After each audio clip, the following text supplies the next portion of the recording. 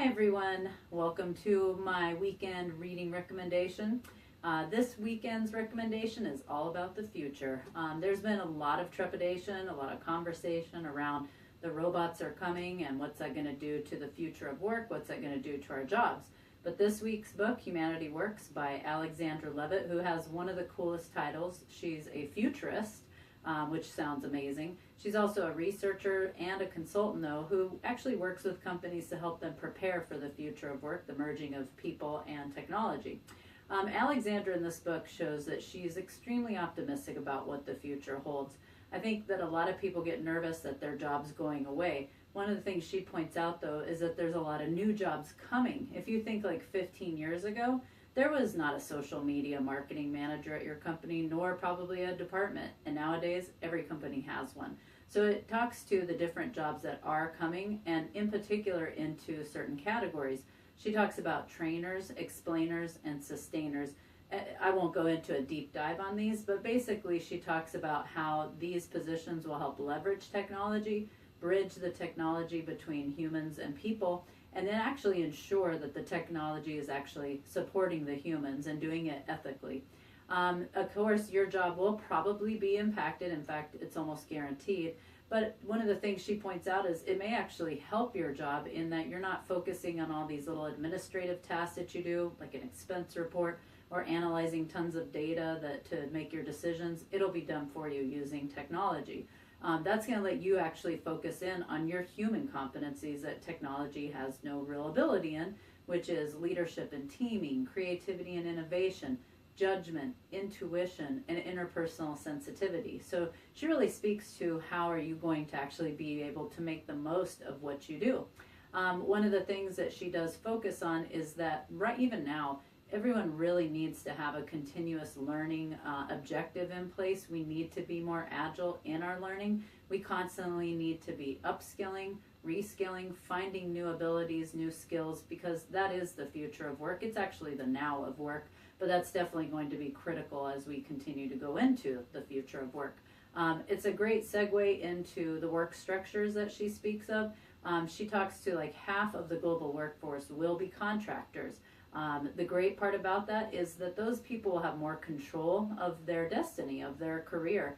I think anyone who's worked in corporate America knows that you really are giving up a lot of control to that organization.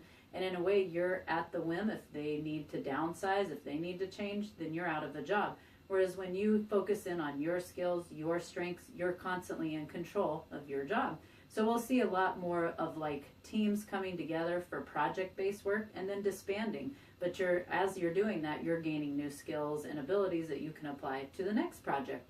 Alexandra is extremely confident that in the future, everyone's going to have a job. They may not be the jobs you have now or the jobs that are even right now available. They could be brand new jobs. But I think she really talks to humans. We have continually and forever figured out how to manage our environment, how to manage our landscape. But this is one of the most exciting times for us because now we actually have technology to do a lot of the stuff that we don't want to do. So we'll actually be able to really elevate and more quickly into new abilities, new skills, new products, new services. So she really does have a very optimistic outlook on the future.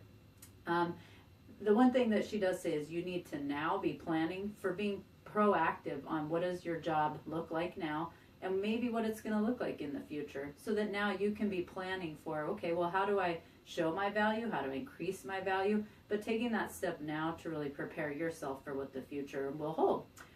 In here, she has great action plans. At the end of every chapter, she goes into some questions that you can ask yourself, you can ask your team, but basically some of the things that will help you start preparing for what the future looks like, with some really tangible, easy to implement things you can be planning for in the long term. So that's an extremely valuable part of this book that I love.